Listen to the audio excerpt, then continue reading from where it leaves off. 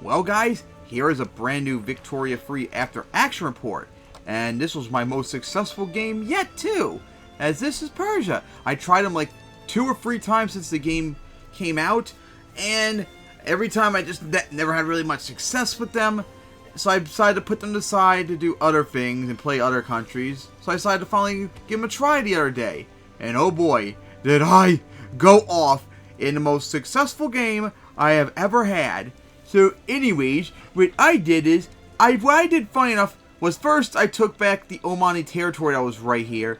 And I did a combination of taking over Macron, and I puppeted, and of course I hate the map in this game not showing properly, Kokand, Bukhara and Kokand. I puppeted them. I eventually annexed Kalat, Sind. No, Kalat was I puppeted Kalat. I annexed Sind, and Afghanistan I puppeted, and I kept Sikh alone to try and, because the British were protecting them. So I decided to just do trade deals with them, and I just left them there for the entire game. So I sat on this for a little bit, just keep building up all my stuff and all that. And eventually, I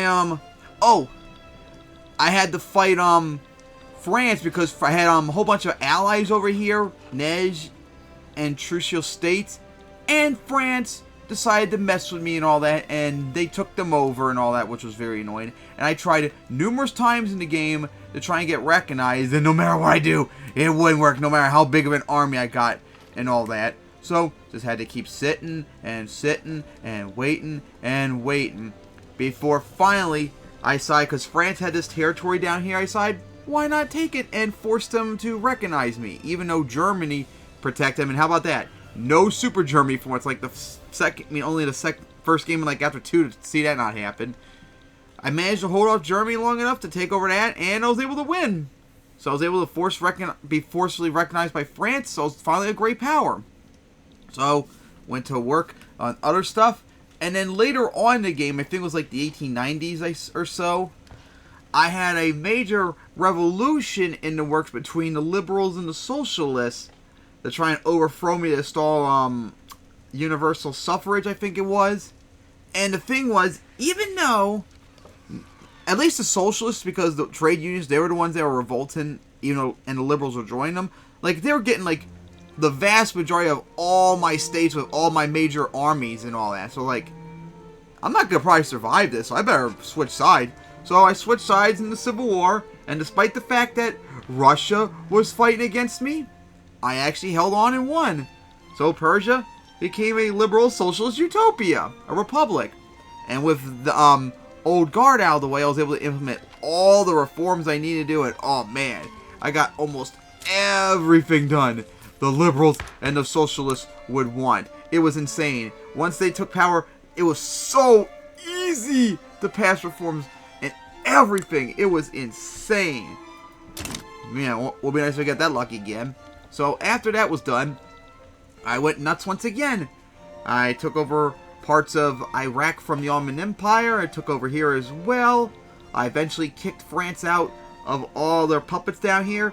They had puppet here in Jabal Shamar. I tried to puppet them myself, but the game would not give me the option to do it till like right now, which was very annoying because I wanted to puppet them and all that. I eventually annexed everyone out here, and man, it was wild. And then eventually, of course, thanks to the mods I was using, I was able to build up industry and stuff outside of the country for investments, and that really helped a lot because I suffered major shortages throughout most of the game, of course, as always.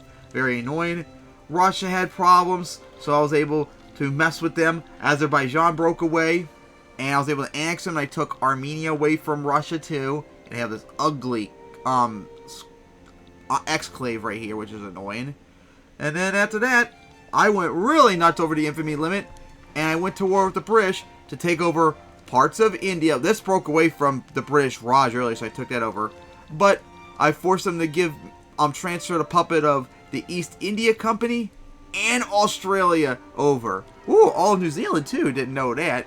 So yeah, 2 major countries now as a puppet to me too, plus all my puppets down here. It was absolutely wild. As I have the #1 GDP in the world in an absolute landslide. Look at that. I almost double the next country, too. Great Qing.